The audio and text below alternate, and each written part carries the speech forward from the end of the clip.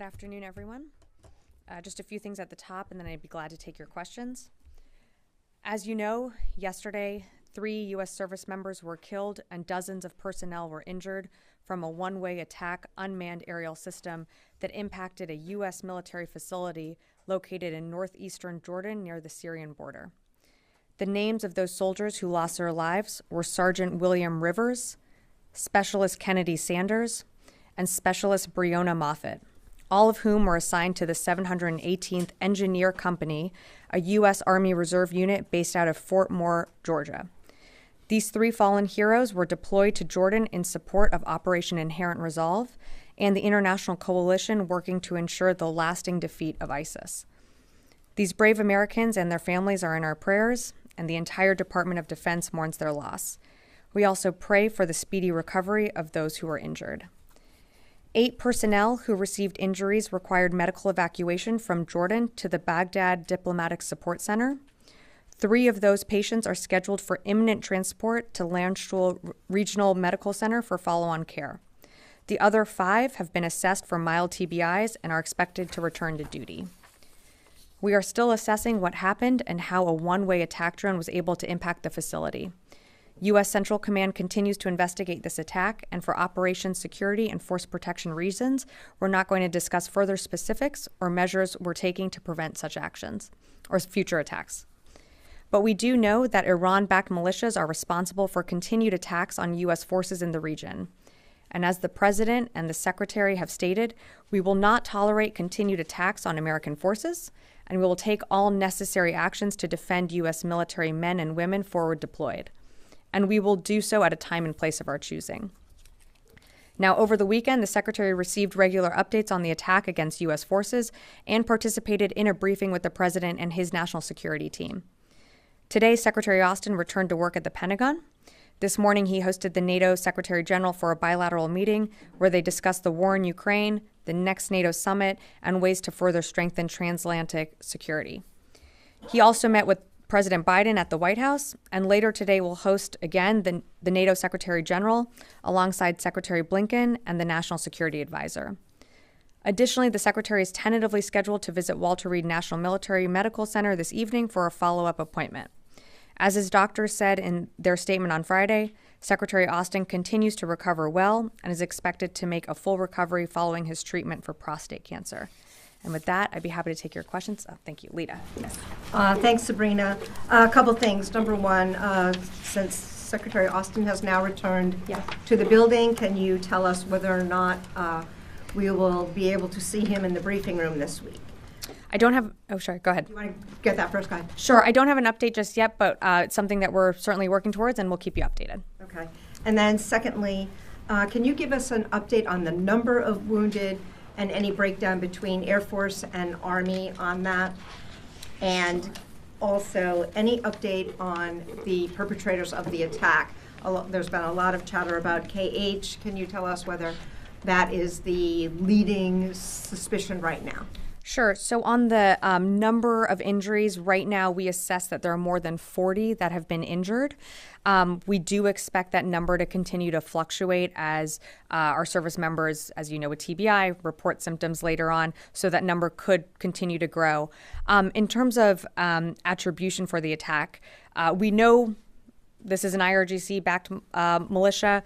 It has the footprints of Kataib Hezbollah, but not making a final assessment on that. Our teams here are continuing to do the analysis, but we know that Iran is behind it, and certainly, as we've said before here in this briefing room, Iran continues to arm and equip these groups to launch these attacks, and we will certainly hold them responsible. Just clarification, you said you know Iran is behind it.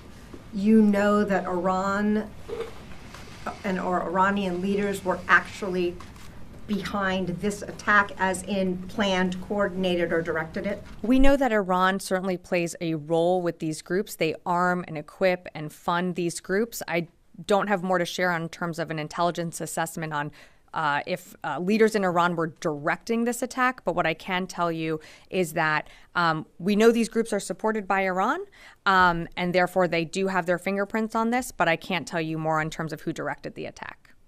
Jen. Sabrina, did this drone take off from an IRGC base in Syria? I don't have more on the point of origin just yet of where this attack originated from. And was it human error that failed to recognize that this was an Iranian drone coming to the base? It's something that Central Command is looking into to find out exactly what happened. As I mentioned at the top, they're doing the assessment on this. They're working through what they need to do to make sure our service members, whether being in Jordan, Iraq, and Syria, are further protected. But I just don't have more to share at this time. Lastly, what kind of drone struck the base? Is this the same kind of Iranian drone being used by the Russians in Ukraine? That's something that we're looking at right now. We're assessing the drone, but I don't have more to share just yet. Idris. Just to follow up, you said Iran was behind the attack. So what does that mean? Have you seen evidence of financing or directing anything specific to this attack, not just generally, but specifically? So maybe I need to clarify further from what Lita had mentioned. We know that Iran funds these groups, like Kataib Hezbollah. We know that these IRGC-backed militias are the ones responsible for attacks on our troops in Iraq and Syria. Beyond that, we're doing an intelligence assessment. We don't have. I can't give you today that. This attack, linking it to Iran. We just know that Iran funds these groups, like Kataib Hezbollah and other groups that have attacked our forces. But I don't have more to share on. General matter, you're saying, right? As a general matter, yes. And the second thing is, you've talked about how the conflict is contained, the Gaza-Israel conflict is contained. Now that U.S. troops have been attacked in another country, are you willing to say that the conflict is no longer contained and it's spreading?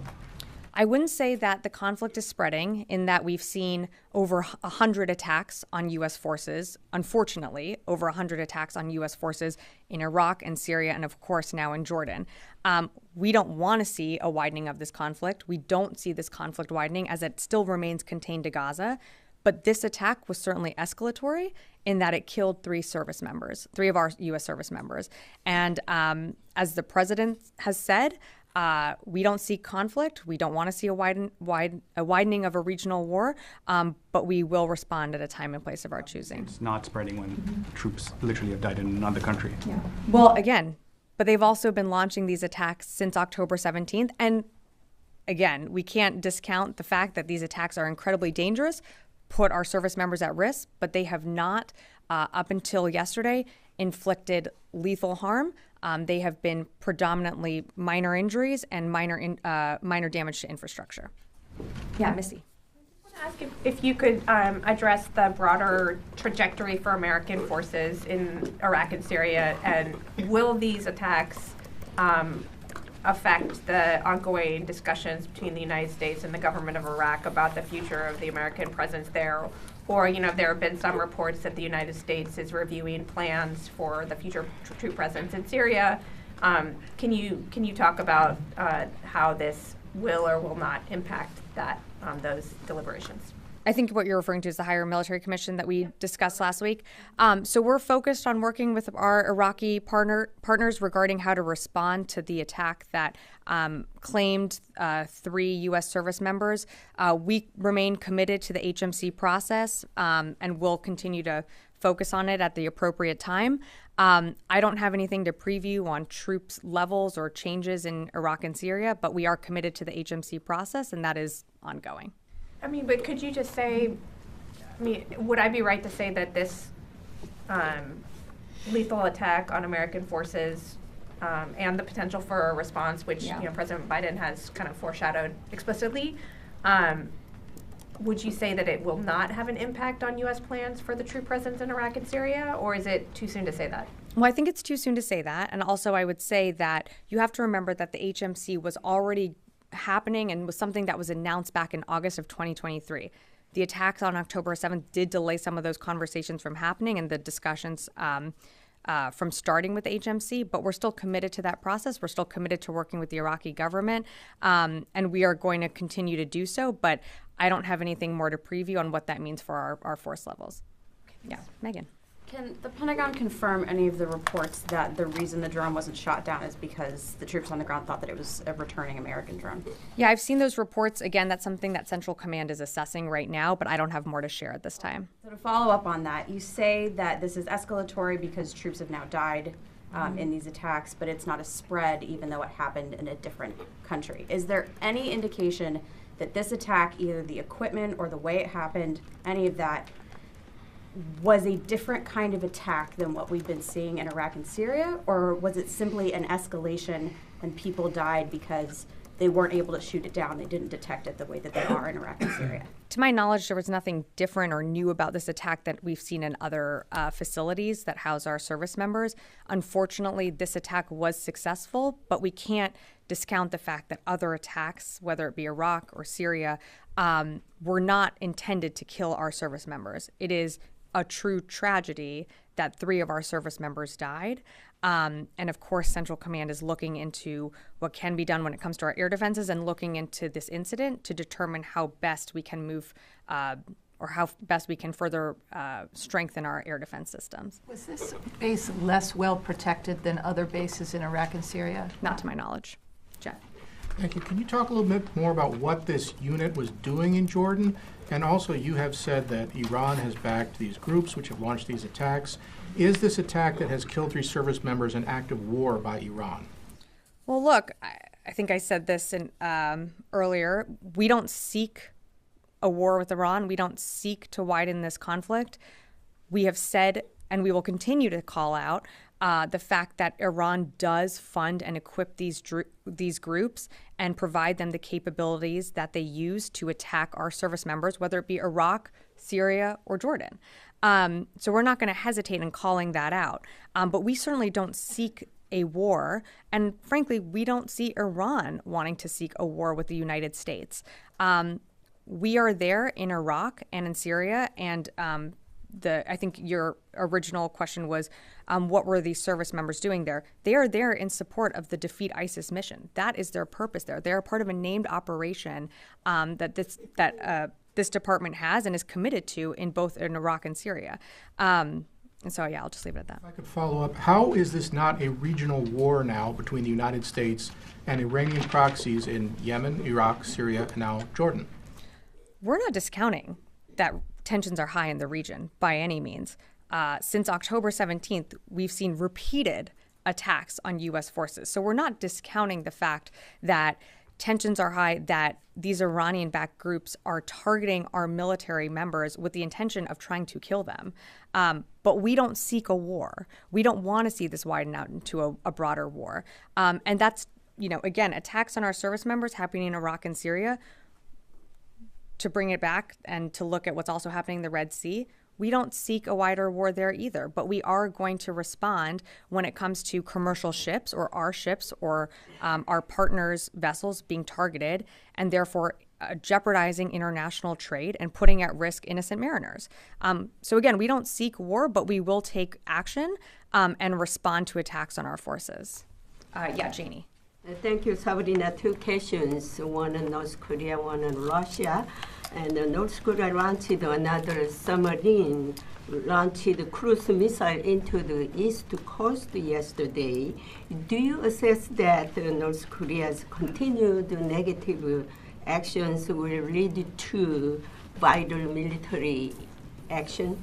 Yeah, thanks, Janie. So we're monitoring these activities, and we won't comment on intelligence, but we've been very clear on the threat posed by the DPRK and their military programs, and our commitment to the Republic of Korea and Japan continues to be ironclad. Sure. Russian Defense Ministry spokesman criticized the United States, saying that the U.S. is dragging South Korea into the Ukraine conflict. Then he warned that if South Korea supported Ukraine, he would stop relations with South Korea. Yeah, I think quite to the contrary. You see countries all around the world supporting Ukraine's cause in the fight for their democracy and the fight for their sovereign territory. We're coming up on the 2-year anniversary of Russia invading Ukraine. Russia is seeking help from partners like Iran, like North Korea, to continue to fund itself or support itself in its war against Ukraine. And you're seeing like-minded nations like the United States and other countries stand in alliance in support of a democracy and in support of a sovereign country who was invaded by its neighbor, unjustly invaded by its neighbor. And we're very proud of the coalition that we've built in support of Ukraine. What's the total number of attacks now since October and the total number of injuries? Yeah, just a sec here. So from October 17th to January 29th, we are tracking approximately 165 attacks. That's 66 in Iraq, 98 in Syria, and of course, the one yesterday in Jordan. Oh, and I'm sorry, and on injuries, I am tracking approximately 80 U.S. personnel have received non-serious injuries since the attacks began. And then have there been any attacks today, and where? I believe there was an attack earlier today. I don't have the exact location. We can get you that. I don't want to speculate, but we can get you that information after. Yes, right over here. Thanks. You said just above 160 attacks. Just this month, there's been a little over 50. So there had been around 114 or 15 from October, I guess, 17th to the end of last year. So, and you guys have responded, the U.S. has responded to a few of these attacks. But in order to deter, and that came out in statements from the Secretary and from other U.S. officials. These attacks have continued. Now they've escalated not just into the Red Sea, now into Jordan, a third country. The deterrence does not seem to have worked yet. Is the department considering altering or reviewing its policy in order to deter these Iran-backed militias from injuring and or killing more U.S. troops? Yeah, that's ultimately a decision that the president is going to make. And as I read out earlier, he's convened his national security team, frequently within these past few days. I'm not going to get ahead of any decisions that the president and the secretary make on this together. But certainly, as our statement said yesterday, we are committed to responding, and we will do so at a time and place of our choosing. Just a second, Sure. To go to Israel and Gaza. Reports in recent days suggested that the Biden administration, including officials from the Pentagon, have become more and more frustrated with the civilian death toll, and there are considerations of reviewing what types of weapon sales to review those to Israel. I know FMF and separate part of State Department, but does the Pentagon share that assessment? Does the Pentagon share that frustration of too many civilian casualties in Gaza? I think we've been pretty clear that we don't want to see any innocent lives lost in this war. And we've been very clear, both publicly and privately, with our Israeli counterparts that innocent lives need to be protected. Humanitarian corridors need to be opened. Humanitarian aid needs to continue to flow through. Of course, we're concerned by the death toll in Gaza. We don't want to see continued Palestinians get caught in the crossfire, and we've continued to urge Israel to protect those innocent civilians, and we'll continue to do so. Will. Just clarification on the number of injured. The 80 includes those from the most recent attack or not? It does not. I'm sorry. Okay.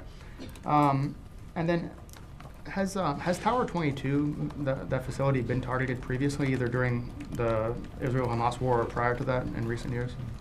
I can't speak to before October 7th, but since October 17th, when these attacks have happened, no, Tower 22, to my knowledge, has not been the target. But as you know, there is the Al-Tanf garrison is right on that border, so attacks have come pretty close to Tower 22, but nothing that has landed on the Jordanian side.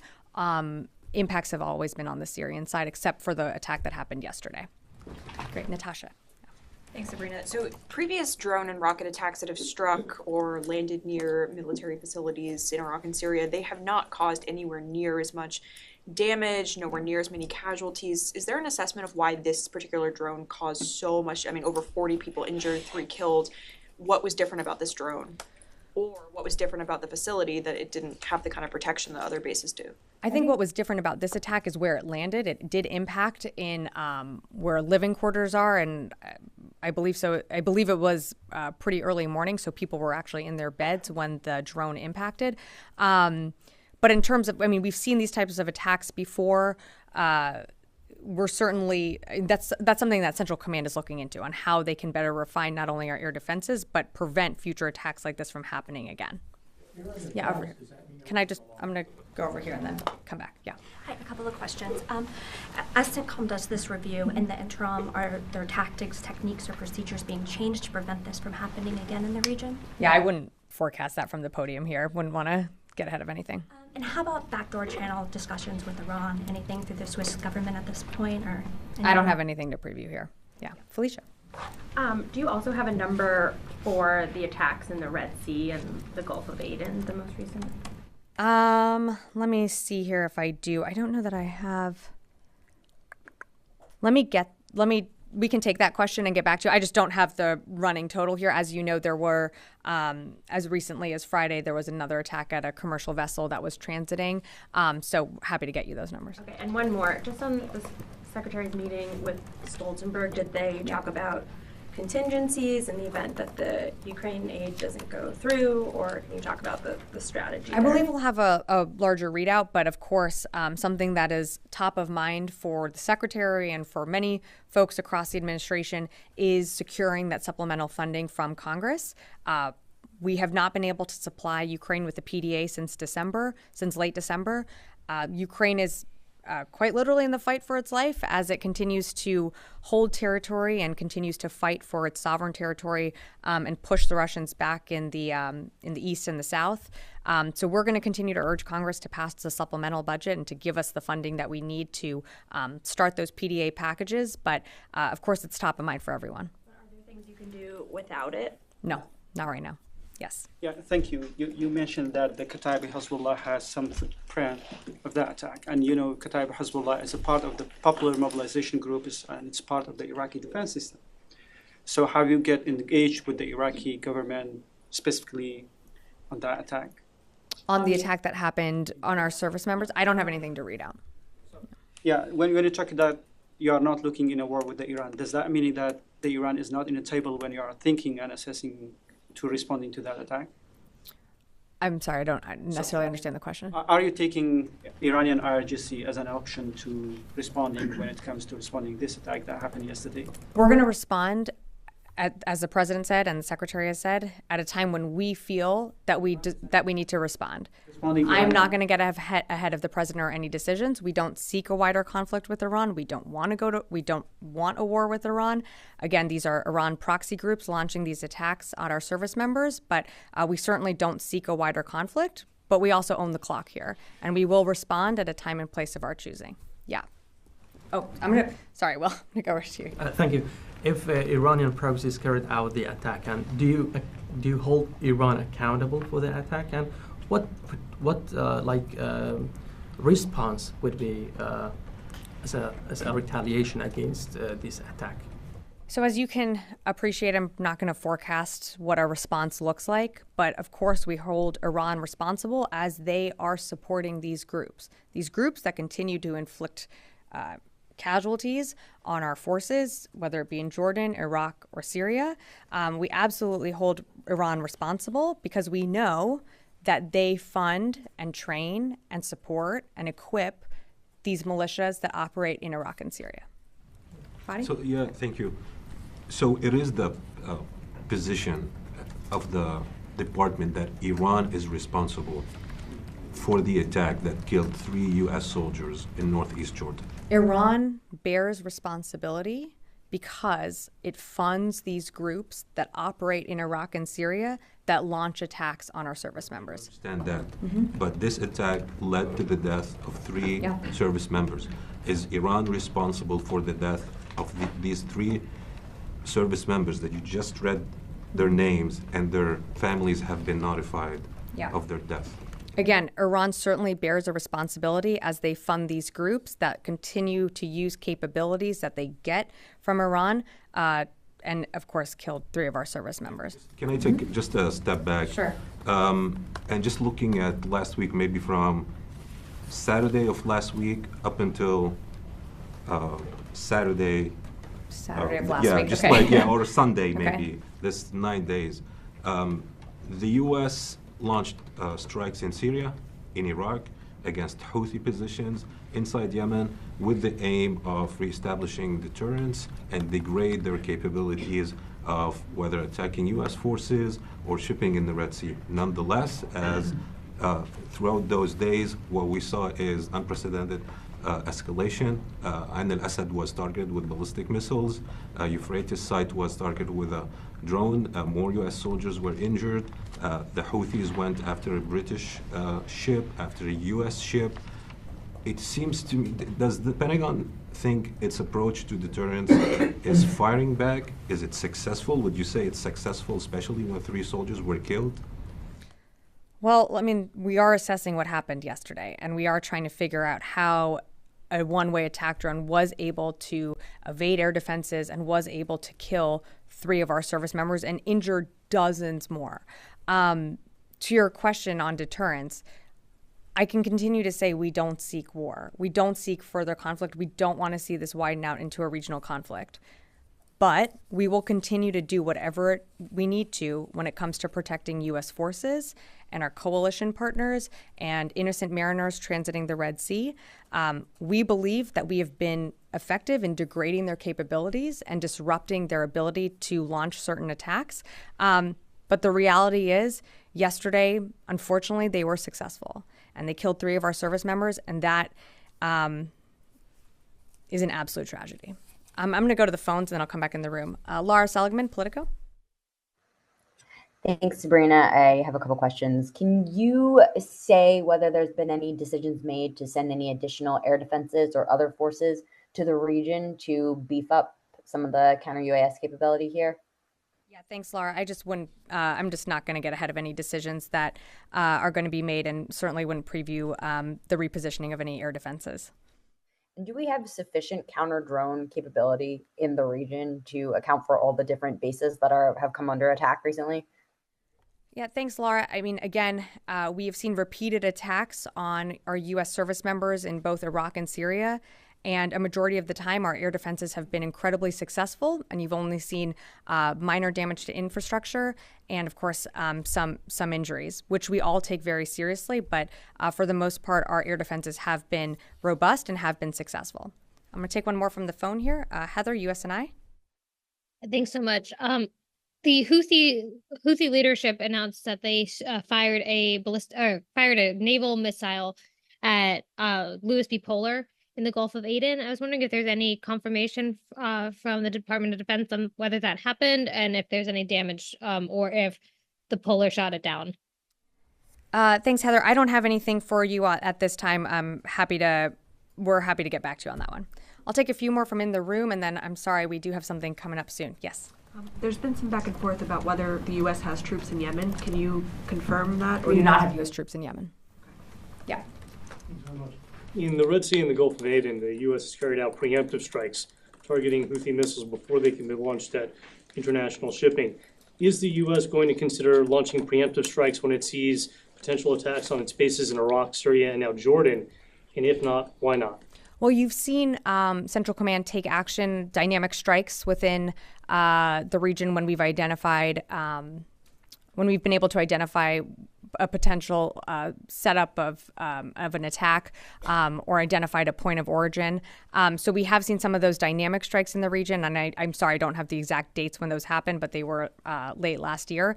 I'm not going to get ahead of any decisions that the Secretary and the President are making on what future action looks like, only to say that we, of course, will respond when we do. Yeah, I'll take a few more, and then we got to wrap. Yeah. You mentioned the drone impacted the living quarters. Do you have any details on what kind of structure that was? Was this kind of a hardened structure? Was this a chew, a hangar? I was trying to get a better sense of why it caused so much damage. Yeah, it was a contained housing unit. That's right. Just one, or?